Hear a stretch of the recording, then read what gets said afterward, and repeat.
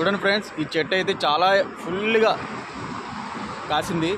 చూడండి ఎన్ని కాయలు ఉన్నాయో, అసలు చాలా అంటే చాలా కాయలు ఉన్నాయి. చూడండి ఫుల్గా కాసింది ఫ్రెండ్స్.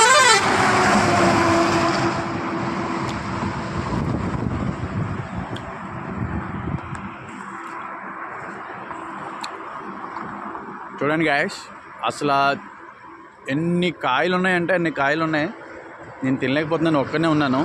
ఎవరైనా రండి ఫ్రెండ్స్.